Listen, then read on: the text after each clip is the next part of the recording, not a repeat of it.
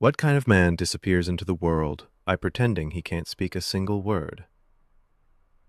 They say it happened in 1998, deep inside a crowded prison in Hunan, China, where the heat was high, the walls were tight, and the inmates had nothing but time. A fight broke out, loud, violent, chaotic. One of the men involved was Zhang Liang, a convicted murderer serving a long sentence in one of the region's most heavily guarded facilities.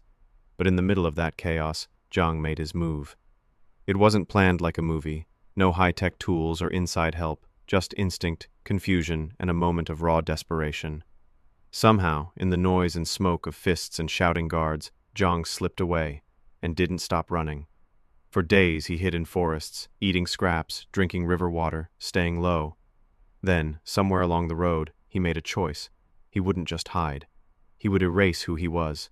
He stopped speaking, claimed he was deaf, a mute. No name, no past, no identity, just a man with blank eyes and dirty hands looking for work.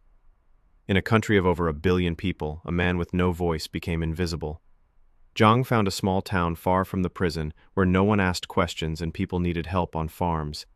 He worked, slept in barns, smiled when he had to, never spoke, never made a sound. At first, locals were cautious, but soon they started calling him Ade, a harmless, quiet helper. Over time, he became part of the village. They fed him, housed him. One woman even fell in love with him. They lived together, cooked together.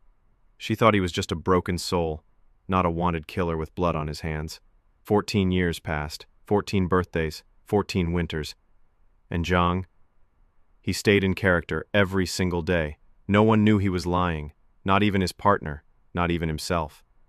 Somewhere along the way, Zhang Liang, once a violent, desperate inmate, became someone else entirely, or maybe nothing at all. But the past doesn't disappear even when you stop speaking. One day, police entered the village during a routine ID check. Zhang froze. No ID, no words. They scanned his fingerprints. What they found shocked everyone. He wasn't a deaf farmer. He wasn't Ade. He was a convicted killer who had escaped from a maximum security prison and had been living under their noses for over a decade. The woman who loved him? Shattered. The town? Speechless. And Zhang? He didn't fight, didn't run. He just stood there, silent, like he had for 14 long years. But inside, behind the silence, behind the lies, who was he now?